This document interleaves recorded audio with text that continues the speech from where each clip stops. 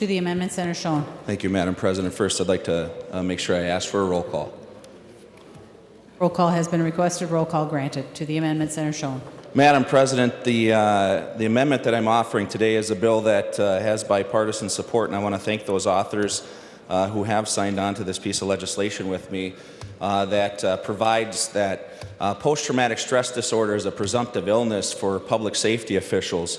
It is under a section of law that already exists, including heart attacks and cancer and some other ailments. We are asking that we finally, once and for all, recognize that post-traumatic stress disorder is a work-related injury for cops, firefighters, paramedics, and the like. I'd like to give you a little background on the work that we've attempted to do with the Workers' Compensation Advisory Council.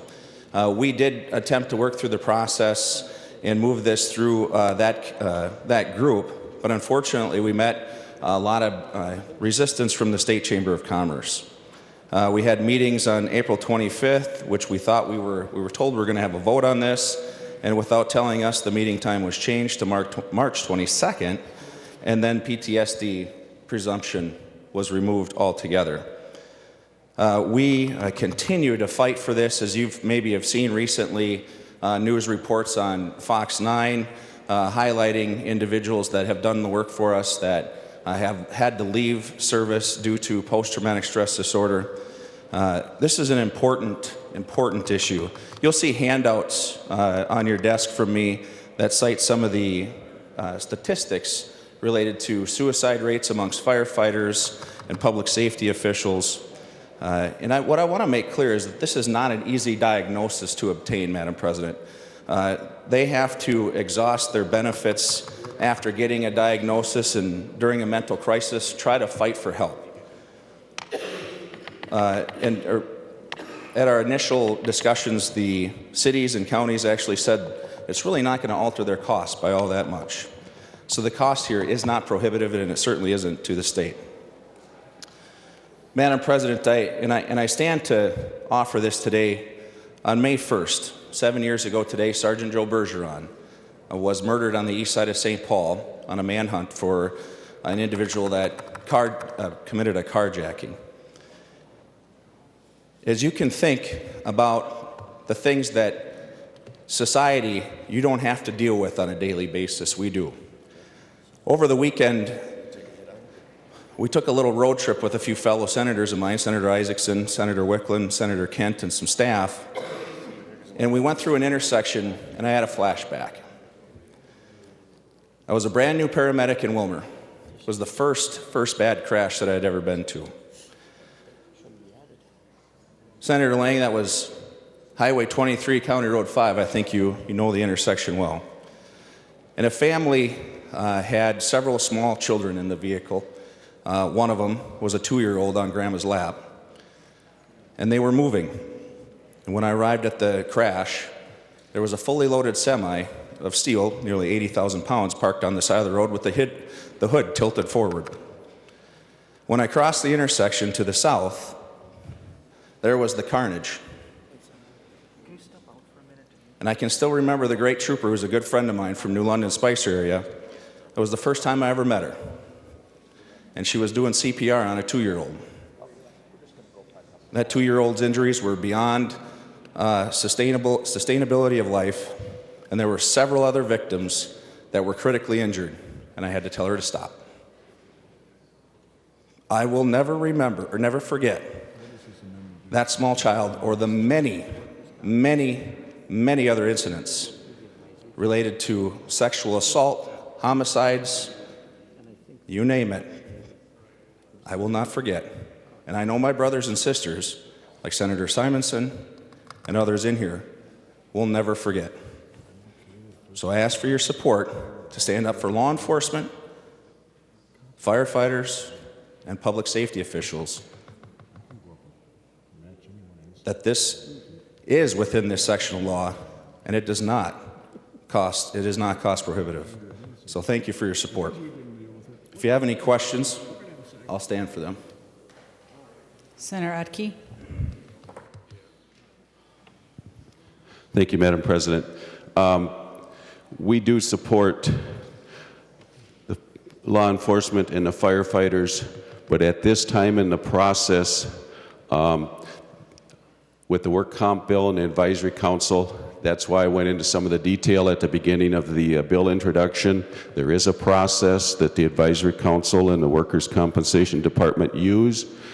These things need to be approved by the council, and of which everything else in that bill was before it came to us. And there has been discussions the last couple months. In January, Senators France and Schoen did attend the meeting. There was acknowledgement in the minutes.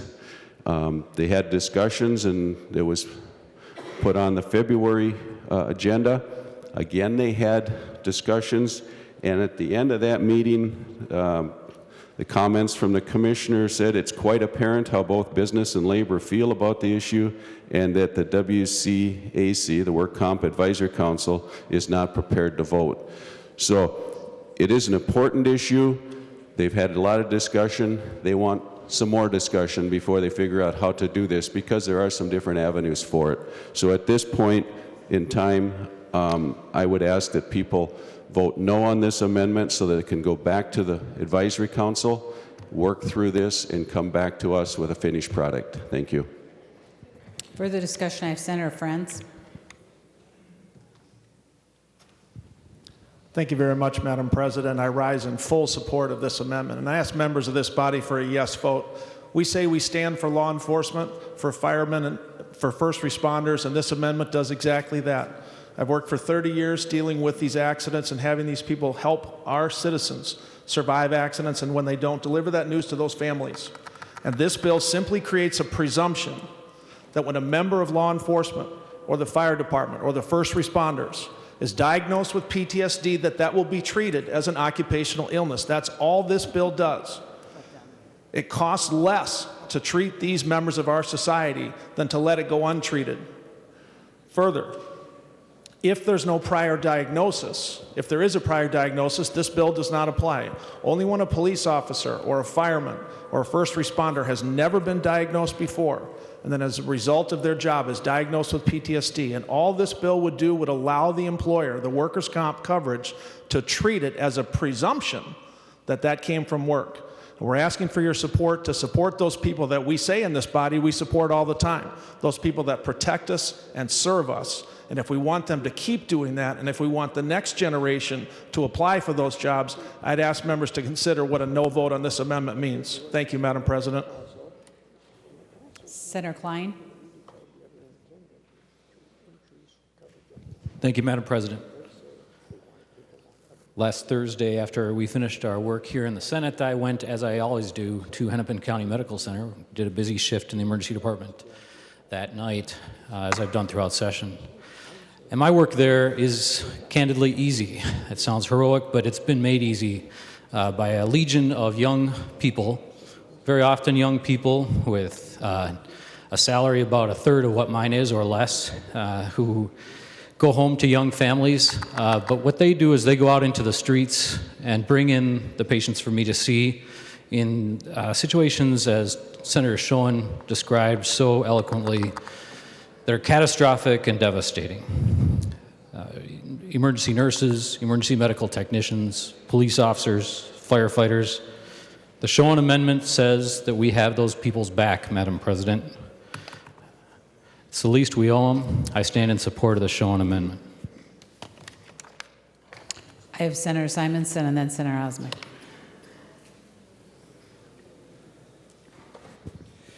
Thank you, Madam President and members, and thank you, Senator Schoen, for bringing this amendment forward. I know that you spent a considerable amount of time and energy putting into this issue, trying to get it into a proper form and trying to get it heard as many times as you can and eventually passed. Senator Utke, I'm going to ask you not to play the procedural game here. We all understand the purpose of the commission. I think everybody understands the fact that, you know, ideally we want things to be vetted by the commission and brought forward in a non-controversial way. But this particular issue, something happened during the process, and I think we need to think about that before we take our vote. This is the Minnesota Senate. We don't have to do what a commission recommends. We don't necessarily have to not do what a commission doesn't recommend. I think you'd be hard-pressed to find people that wouldn't support this on its face value, and the question just becomes whether or not we want to support Minnesotans who take time out of their lives to serve as police officers or firefighters, oftentimes for a long career, that many folks in Minnesota just don't really understand what they see on a day-to-day basis. And I don't stand up here because it's something that I personally want to take advantage of, but I can tell you that after 30 years in the fire service and watching new firefighters come into the job and watching how the job has changed over the last 30 years and what they're exposed to on a day-to-day basis, and watching our police officers working side by side with them every single day, I think it's important that we recognize what these folks are facing and what that means to them in their personal lives. PTSD is not a joke. I remember when I started, it used to be the kind of the mantra that, you know, this was the tough job and you just sucked it up and you did it. And maybe that was true 30 years ago, but it doesn't have to be that way now. PTSD is a serious illness. It is something that the Minnesota Senate should take very seriously. Here's an opportunity to pass an amendment that Senator Schoen has worked very hard on.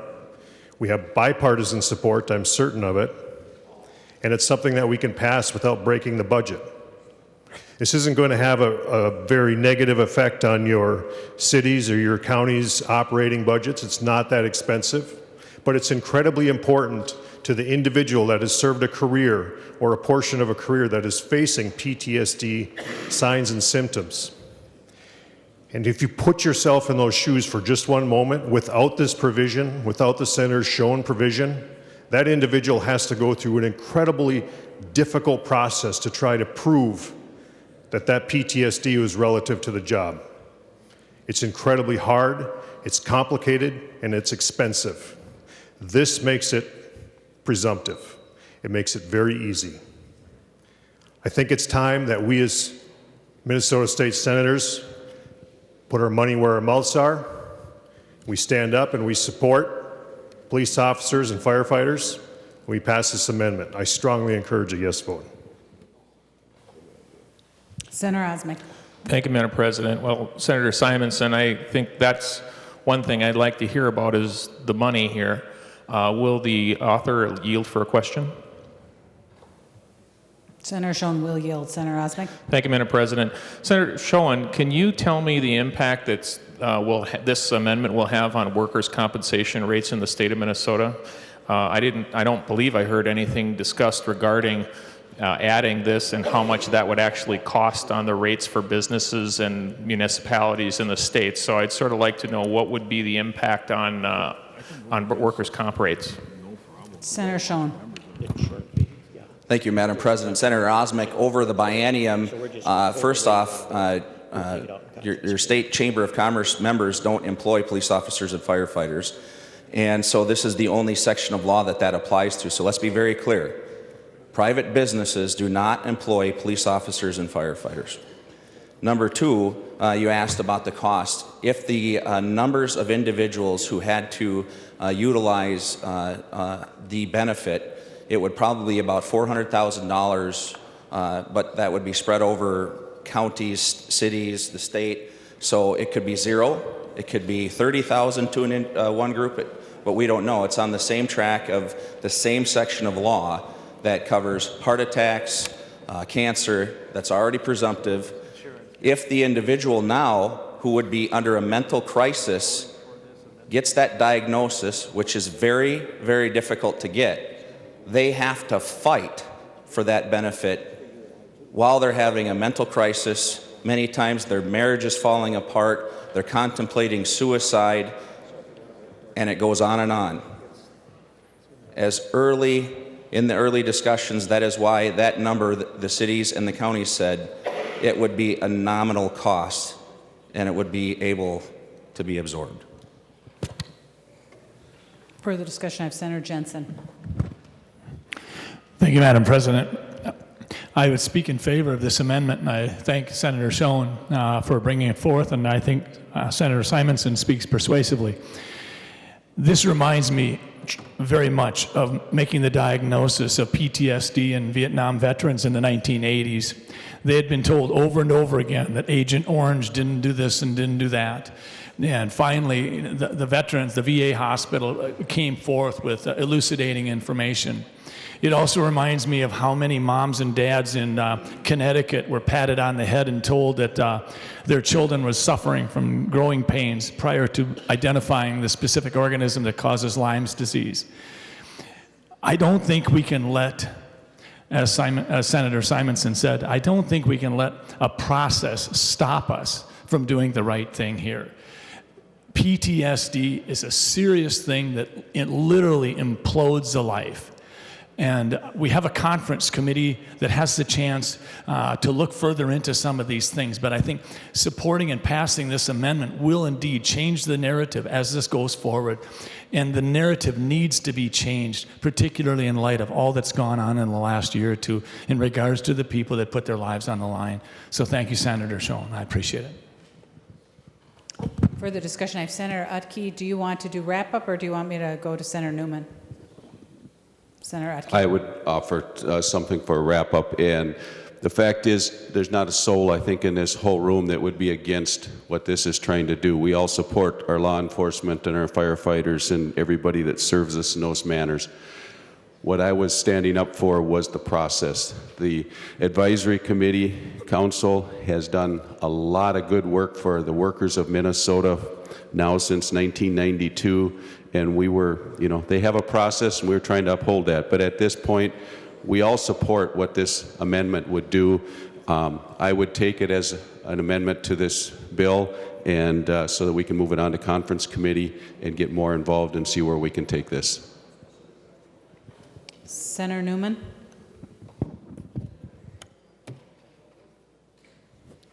Madam President, will Senator Schoen yield? Senator Schoen will yield. Senator Newman. Madam President, Senator Schoen, the letter that you passed out from the Teamsters indicates that we are dealing strictly with law enforcement and firefighters. The amendment seems to deal with a much larger group. Paramedics, EMTs, licensed nurses, public safety dispatchers. For those who are not directly involved in firefighting, and for those who are not directly involved in law enforcement, could you give us an explanation as to why you have included this much greater or larger group than just firefighters and law enforcement? Senator Schoen. Thank you, Madam President. And I can give you the very simple answer that is what is already codified in law around other presumptive illnesses for public safety. For instance, if they're riding, if those folks are on an ambulance, or if you're a sworn conservation officer, etc., that is the exact same thing. But Madam President, if Senator Newman would be accepting Senator Frentz, knows this stuff like the back of his hand and would give a great explanation if he would direct his question to him as well. Senator Newman. Madam President, the reason I'm asking the question is because it seems to me that an issue like post-traumatic stress syndrome, which is candidly something that I am not very familiar with, would be much more likely if we are dealing with active firefighters and active law enforcement, as opposed to, say, a nurse or a dispatcher. And that's the reason I'm asking the question. Senator Schoen. Well, Senator Newman, I expect your office phone is probably ringing as we speak to give you some examples, but these are, Senator Newman, recently North Memorial Air Care crashed near Alexandria, and those are the folks who are our emergency medical crews. Some of those happen to be nurses. If they are providing a public safety type job, meaning they're transporting patients or going out to a scene and putting themselves at risk, all the people that are listed here are putting themselves at risk in those circumstances, or answering the phone and listening to people scream or be murdered or raped. And so this is, these are the types of things that we're dealing with on a daily basis that you may hear or see once in your life, and they are hearing repeatedly, seeing repeatedly, and dealing with daily during their course of work. So We have made it clear that this is not the individuals who are working on an ICU or in the emergency room, although I personally believe that Senator Klein's job should have the same protections. We are covering the same statutes and section of law and definition of those employees that is already in place. It is not new. Further discussion on the A3 amendment? Seeing none, the Secretary will take the roll on the A3 amendment.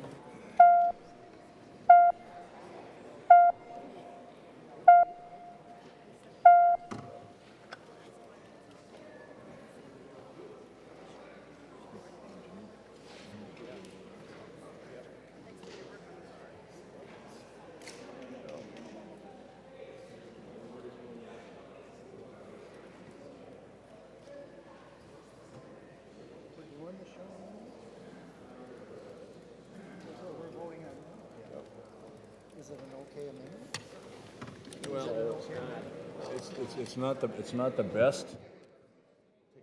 But nobody.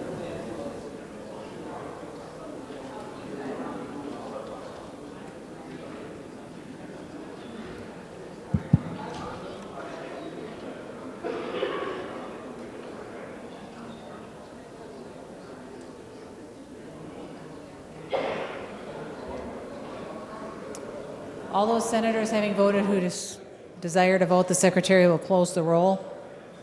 There being 66 ayes and no nays, the amendment is adopted.